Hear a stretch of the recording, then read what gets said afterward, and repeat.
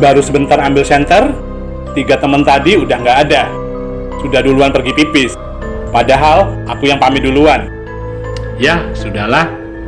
Akhirnya aku biarkan aja 3 teman tadi pipis berjamaah. Dan aku mengalah, nggak apa-apalah sendirian. Aku jalan agak jauh dari tenda, nyari tempat yang agak datar lah. Biar nyaman dikit sih, pikir aku. Baru aja buka resleting mau pipis, Kaget, kayak ada yang menepuk pundakku. entong pipis didinya. Jangan kencing di situ. Otomatis kaget lah, tengok ke belakang. Aku pikir temanku atau Kang Dawala yang lagi ngomong. Tapi suaranya jelas banget.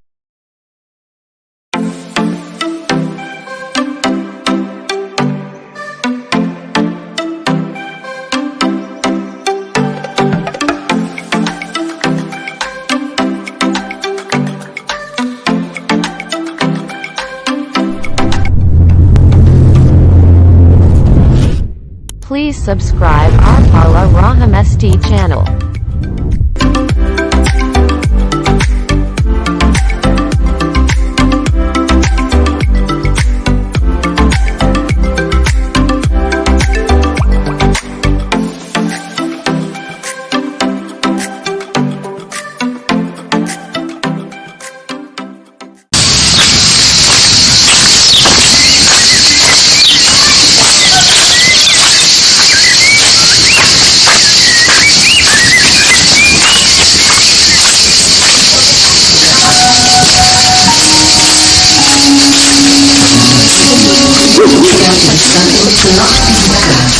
Para penonton yang telah memiliki karcis, dipersilakan memasuki ruangan teater.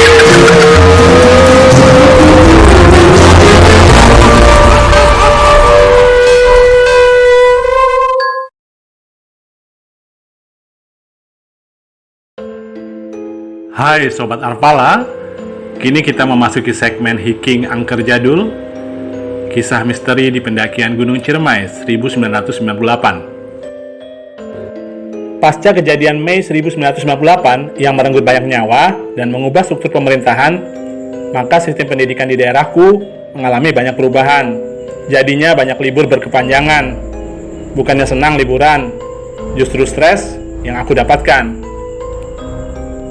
Kita saat ini berada pada channel Arpala Ramesti, khususnya pada segmen Hiking Angker Jadul.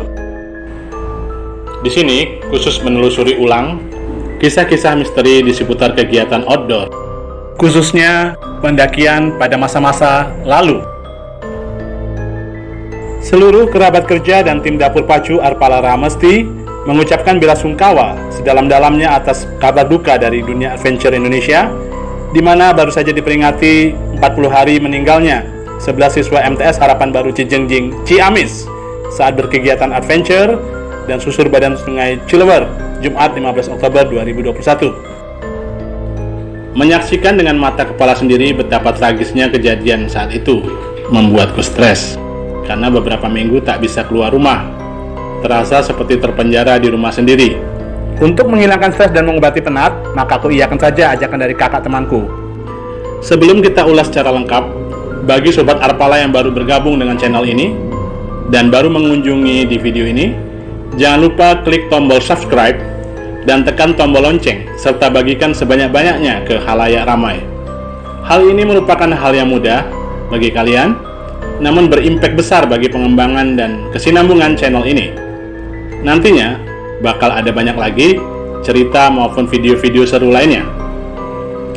Walaupun pada saat itu aku benar-benar miskin pengalaman, Buta trek pendakian, tidak ada persiapan, peralatan seadanya saja setelah mendengar instruksi dari kakak temanku yang notabene adalah anggota mahasiswa pencinta alam dari salah satu universitas swasta terkenal di Jakarta.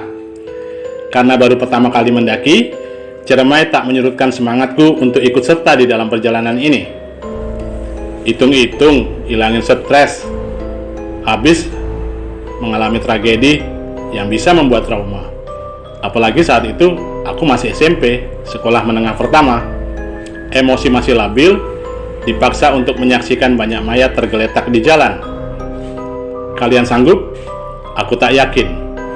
Takut lihat mayat gosong kebakar. Ngeri lihat orang lari kebakar kemudian ditusuk. Ah, lebay, kayak di film. No, itu realita. Aku termasuk saksi bisu di Klender karena berada pada tempat dan waktu yang salah. Wah, asal jangan lihat secara langsung, pasti nggak kuat. Biar saya aja. Kalau ini baru film. Oke, skip. Ada beberapa kakak relawan yang mengajakku untuk mengikuti kegiatan rehabilitasi mental. Tapi aku tak ingin ikut, karena aku merasa jiwaku tidak selama itu. Tapi lama-kelamaan perasaan itu muncul kembali. Kadang mual, makan gak nikmat. Akhirnya tawaran untuk mendaki Ciremai datang, dan aku pun mengamininya. Keluarga pun saat itu mengizinkan. Pada saat aku menyatakan ingin mendaki untuk pertama kalinya. Wow, aku yang berharap sedikit dikhawatirkan, ternyata tidak. Makanya jangan kebanyakan berharap kepada manusia. Berangkat sama siapa? Naik apa? That's it, itu aja. Atau aku salah pamit sama Simbah Kakung atau kakek yang notabene adalah seorang veteran anak buah langsung dari Presiden Soekarno dan juga Presiden Soeharto. Baik ya, cukupan aja cerita pribadinya. Dari tadi curhat melulu, nggak selesai-selesai, malah ngobrol panjang, dan nggak ada sesuai dengan kegiatan hikingnya. Bikin admin kesel karena bakal lama untuk proses editing, dan subscriber juga cukup panik karena ceritanya nggak berlanjut-lanjut. Oke, kita lanjut ya.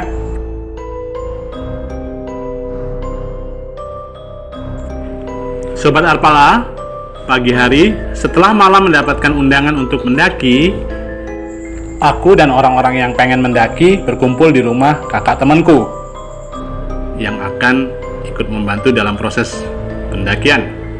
6 orang itu termasuk 2 orang anggota pecinta alam yang akan ikut menemani dalam perjalanan itu. Berangkat dari Tangerang pagi setelah subuh ke Terminal Cirebon, kemudian charter angkutan umum sejenis elop menuju Kuningan. Saat itu baru dikenal jalur resmi Linggarjati, belum ada jalur Linggarsana.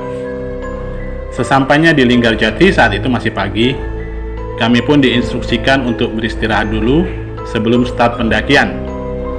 Entah kenapa sebabnya, aku lupa atau memang tidak diberitahu, yang pasti kami tidak start mendaki pada hari itu juga.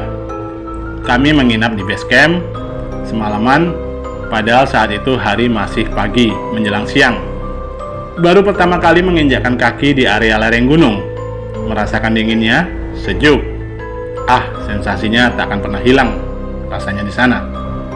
Cinta sejati itu untuk selamanya, tapi cinta pertama tak akan terlupa.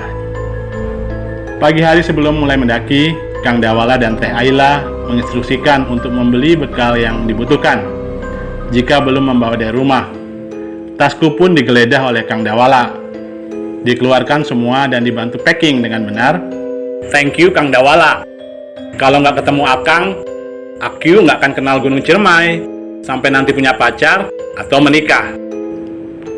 Baju celana panjang, mie 3 bungkus, roti tawar setengah setel, setengah lagi dibawa teman, ransum tentara, parafin, korek, air 2 botol besar, rokok. Selebihnya peralatan pribadi yang nggak penting banget karena nggak ada pengalaman. Selesai bongkar-bongkar, kita diberikan sedikit penjelasan tentang tata krama pendakian oleh Kang Dawala. Selebihnya tentang trek. Seingatku, nggak ada pemberitahuannya. Mungkin surprise. Cahaya matahari Linggarjati masih sangat ramah. Dan Linggarjati masih nyaman sebelum ada Linggasana. Kami pun start hiking. Aku tak tahu berapa biaya simaksi untuk mendaki Ciremai, karena saat itu aku dibayari dan tidak ingin tahu, karena hanya ingin bersenang-senang, maklumlah masih si anak ingusan. Seingat aku dulu, trek Ciremai masih didominasi jalur akar-akar, entah kalau sekarang. Sudah hampir 25 tahun. Perjalanan yang aku rasakan hanya naik, dan terus naik. Sampai akhirnya sore menjelang maghrib, kami sampailah di area kuburan kuda. Sepi. Sejauh mata memandang, hanyalah tanah kosong dan beberapa pepohonan rindang. Tenda pendaki lain? Aku tak melihatnya. Bahkan tak ada satupun. Yang aku lihat saat itu hanyalah beberapa penduduk sekitar yang akan turun kembali ke desa, entah dari mana mereka. Selebihnya hanya 5 orang temanku. Kang Dawala mendirikan 3 tenda. 1 tenda untuk kami berempat, 1 tenda untuk Kang Dawala dan Teh Aila. Seingat aku waktu itu masih sore menjelang maghrib lah. Setelah tenda dipasang frame dan dipasang pasak, akhirnya kami melepas lelah. Ketiga teman aku masuk ke tenda. Hanya aku yang berdiri di luar, menikmati kesendirian yang luar biasa. Melihat sedikit ke atas, di depan aku adalah puncak Ciremai. Tunggu ya, ucapku dalam hati seraya tak sabar untuk bertemu karena penasaran. Malam pun datang. Kang Dawala pun keluar sambil memberikan perintah untuk mengeluarkan barang bawaan kami. Semua bawaan dari dalam tas, semua logistik akhirnya dikumpulkan. Mulailah acara memasak dan santap malam. Seingat aku hanya masak air dan masak mie instan, yang walau namanya instan, tapi masih saja harus dimasak. Bisa langsung dimakan sih, oke lah instan, gak usah didebat. Minum kopi kita. Sebat dulu, sambil nunggu mie mateng. Ada singkong yang dibawa Kang Dawala. Mantap, pakai B mantapnya ya. Zaman dulu masih ngetren hiking bawa singkong sama ubi. Sekarang kalah sama Snickers. Kebelet pipis deh, aku bilang sama Kang Dawala kalau mau pipis. Terus aku tanya, pipis di mana? Kang Dawala menjawab, pipisnya dan jangan lupa ya untuk permisi. Ucapan Kang Dawala selanjutnya, aku nggak dengar lagi. Waktu itu temanku juga mau ikut pipis dan lagi ngobrol sama aku. Jadi aku fokus ke teman yang ngomong tadi. Akhirnya aku putuskan masuk ke tenda, ambil senter. Baru sebentar ambil senter, 3 teman tadi udah nggak ada. Sudah duluan pergi pipis. Padahal aku yang pamit duluan. Ya, sudahlah. Akhirnya aku biarkan aja 3 teman tadi pipis berjamaah. Dan aku mengalah, nggak apa-apalah sendirian. Aku jalan agak jauh dari tenda, nyari tempat yang agak datar lah. Biar nyaman dikit sih, pikir aku. Baru aja buka resleting mau pipis. Kaget, kayak ada yang menepuk pundakku. Entong pipis didinya. Jangan kencing di situ. Otomatis kaget lah, tengok ke belakang. Aku pikir temanku atau Kang Dawala yang lagi ngomong. Tapi suaranya jelas banget dan mirip kayak mbah-mbah. Nggak ada orang. Senter yang tadinya aku pakai kemudian aku arahkan ke sekitar belakang diriku. Nggak ada siapa-siapa sih di sana. Aneh. Kayak dengar suara orang tadi jelas banget, tapi nggak ada orangnya. Aku cuekin aja dan lanjut pipis. Masih di tempat aku berdiri sebelumnya. Namanya juga anak SMP. Bandel lah. Sehabis pipis, aku kembali ke tenda. Sudah kelihatan tenda mungkin jarak 30 meter lah. Untuk memastikan jarak karena hanya melihat senter dari teman di tenda. Selebihnya gelap. Baru sebentar jalan, ditepuk lagi. Rasanya seperti bukan ditepuk sih. Lebih kayak ditimpuk batu-batu kecil. Kuring bebeja, anjen tekencing. Aya tapi kumaha wani anjen. Kamu sudah saya bilangin jangan kencing di situ, tapi kok nekat. Kaget lagi kan? Aku tengok ke belakang. Ada mbah-mbah pakai pakaian adat raja-raja kerajaan Sunda kuno. Bayangan mbah-mbah itu kelihatan semakin membesar. Aku nggak lihat mukanya. Senter aku jadul banget, cahaya berwarna kuning. Senter masih berbahan seperti aluminium atau besi. Jadi kalian tahu deh bagaimana senter jadul. Senter tangan yang aku bawa anehnya seketika menjadi samar, seakan langsung habis daya baterainya. Seingatku tadi di belakang mbah-mbah ada 2 orang yang membawa tombak tapi nggak jelas. minim cahaya, hanya seperti bayangan. Kaget bercampur takut, mau teriak nggak bisa. Beberapa detik kemudian seingatku, aku sadar dan aku berbalik arah menuju tenda, tapi nggak lari. Bukan nggak mau, tapi nggak bisa. Jalan aja rasanya berat banget. Serius, kalau nggak percaya, rasain aja sendiri. Sampai di area camp, aku langsung masuk ke tenda. Hanya duduk dan diam seorang diri. Seperti kena paralis dari shock relic, sign atau bind dari priest. Kang Dawala yang mungkin paham mendatangiku. Aku hanya dengar beliau tanya, "Ada apa? Kenapa lama banget sih pipisnya? Setengah jam dari mana aja?" Aku hanya geleng-geleng, nggak jawab apa-apa sambil mikir kencing aku setengah jam. Akhirnya jatah mie diberikan ke aku di dalam tenda. Makan pun tak nikmat. Sembari makan, Kang Dawala bilang, kalau ke puncak bakal dimulai berangkat jam 3 dini hari, biar santai jalannya, dan supaya kita bisa dapat sunrise yang indah. Aku tak menghiraukan, sambil terus mengunyah mie yang sudah menjadi bubur. Kang Dawala mulai cerita, bla bla bla bla bla, whatever lah. Habis makan, acara memejamkan mata pun dimulai. Entah hanya aku sendiri yang tak bisa tidur, atau ada teman lain yang belum tidur, karena sudah tidak ada lagi suara-suara kehidupan dari luar. Tengah malam, aku nggak ngeh jam berapa. Belum punya jam sih. Ada suara gaduh dari luar tenda. Terdengar seperti suara langkah kuda. Logis nggak sih? Dan hentakan kaki dari pasukan baris berbaris. Takut? Iya pasti. Nggak bisa tidur, hanya mata saja yang berkedip. Itu pun jarang, karena concern dengerin suara dari luar tenda. Sampai akhirnya terdengar suara orang mendehem. Tepat di belakang kepala di luar tenda. Dengan suara gagah dan berwibawa, langsung merinding.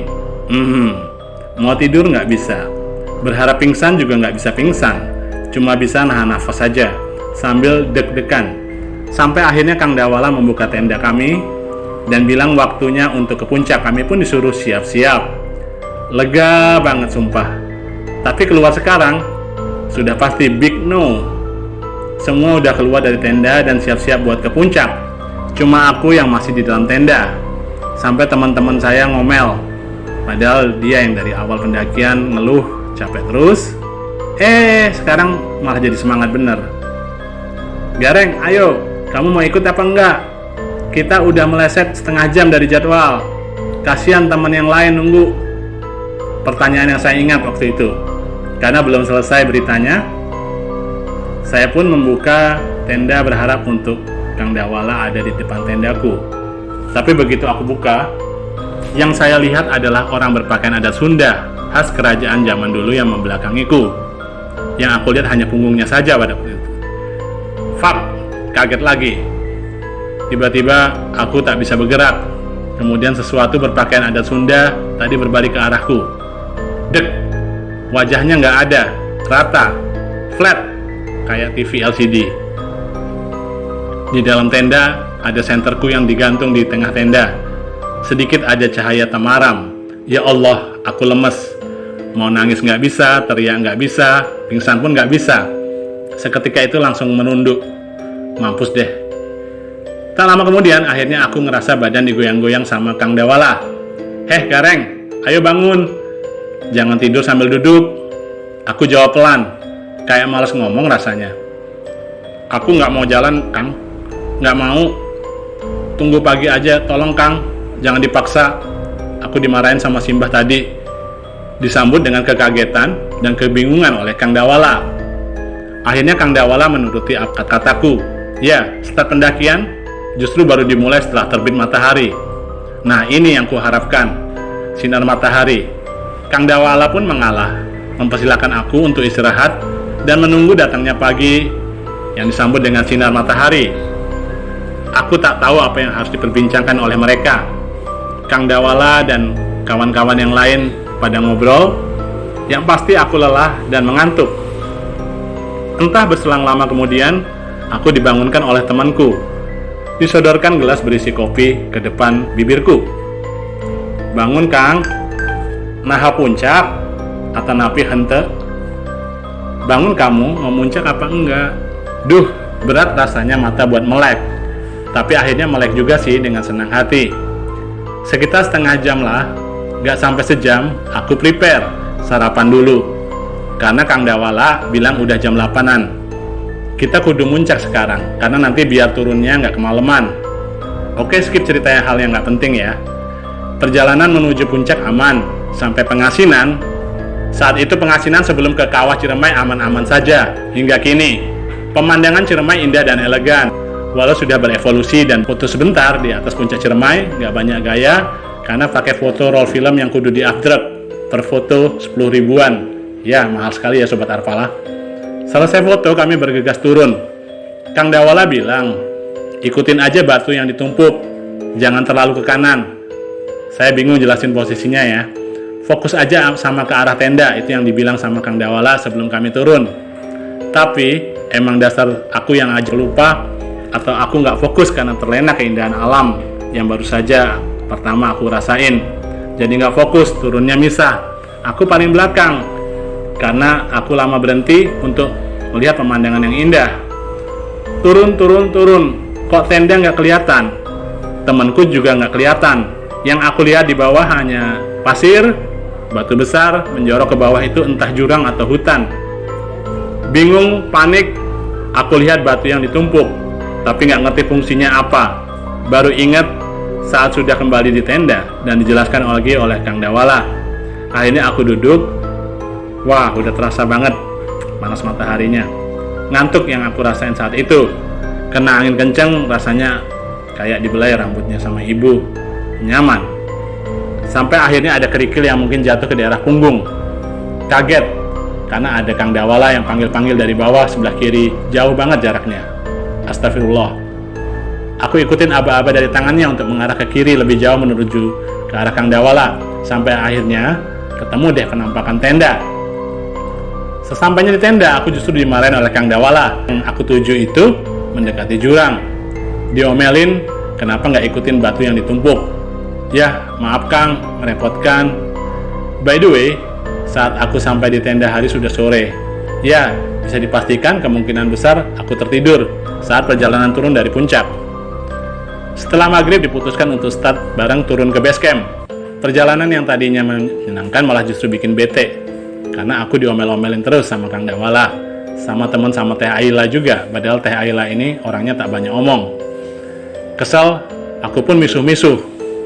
Atau mengumpat dan berkata kurang baik di dalam hatiku. Sampai akhirnya melewati area perkebunan warga. Aku refleks menoleh ke arah belakang karena terasa ada hembusan angin di area leher. Padahal angin gak kenceng dan aku di posisi paling belakang karena ngambek dan gak mau jalan bareng mereka. Pas noleh ke belakang, aku melihat kayak ada obor, ada apinya aja. Yang bawa obor gak ada. Aneh, pikir aku dalam hati. Lanjut aja lah jalan. Penasaran noleh ke belakang lagi tapi sudah gak ada lagi kelihatan obornya. Giliran mau jalan malah kesandung dan jatuh. Senter lepas dari tangan, otomatis Ciremai dan area sekitar sinar dari senter aja yang kelihatan. Nah, pas area sinar itu, aku lihat ada belangkon penutup kepala pakaian adat Sunda. Ada rambutnya juga, tapi hadap ke belakang. Dan kenapa kepala di bawah, badannya di mana? Mengerikan. Akhirnya jalan cepet-cepet dah, sambil manggil-manggil teman lumayan jauh. Senter nggak aku ambil. Coba ambil, nggak apa-apa kalau mau pingsan sih. Mau lari juga nggak bisa, serius. Karena sampai akhirnya ketemu teman, nafas ngos-ngosan, sambil diomelin lagi. Astagfirullah, lemes asli. Sampai base camp, udah malam, dan nggak ada angkutan umum. Akhirnya nginep lagi di base camp. Aku lupa nama base campnya. Alhasil, rencana pulang hari itu gagal. Bobok dulu sambil nunggu pagi lagi. Ciremai yang normalnya 1 hari 1 malam, atau TikTok pun juga bisa, kecuali emang datang dengan niat ngecamp beberapa hari. Justru kami tempuh selama 2 hari. Piu. Tapi tak apalah, banyak pelajaran yang bisa aku petik. 2 hari asal selamat, karena memang taruhannya di luar sana tak main-main. Kang Dawala yang bercerita kepada pemilik base camp perihal hal-hal yang terjadi di atas sana, dan pemilik base camp hanya tersenyum simpul melihat aku. Sebelum aku pulang, saat berpamitan, pemilik base camp berpesan, balik deui sak waktos-waktos. Niat saya hapunten. Suatu saat ke Ciremai lagi, niat yang baik ya, meminta maaf. Oh, muhun, ujarku singkat. Aku lupa nama pemilik basecampnya. Saat itu beliau juga sudah sepuh atau sudah tua. Dan pesan beliau pun sudah aku laksanakan, kembali ke Ciremai untuk meminta maaf. Dan beberapa kali lagi ke Ciremai, alhamdulillah tidak ada hal buruk yang terjadi kepadaku. Oh iya, maaf jika ada kesalahan penyampaian cerita, dan maaf untuk tidak bisa mengingat secara persis waktu atau tempat yang aku lewati saat dalam perjalanan. Untuk tempat yang aku pipis, aku pun sudah lupa nama tempatnya. Intinya, semua tempat dimanapun, jika memang ingin buang hajat, lebih baik permisi dulu. Dan cerita ini pun merupakan pengalaman pribadiku, bukan cerita hayalan efek nonton film horor atau ketakutan yang berlebihan akibat melihat undangan pernikahan you know who. Terima kasih kepada Kang Dawala yang sabar yang telah menuntun saya dalam pendakian pertama kalinya. Terima kasih untuk pemilik basecamp dengan segala wejangannya. Terima kasih bagi semua subscriber yang sudah memberikan kesempatan untuk aku berbicara dan bercerita. Dan aku selalu menganggap bahwa Gunung Ciremai adalah tempat yang baik, tempat yang penuh inspirasi dan memberikan ilham.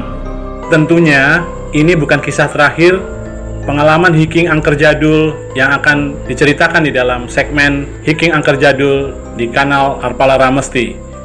Sampai jumpa pada cerita-cerita berikutnya yang lebih seru dan lebih membuat jantung ini berdebar-debar.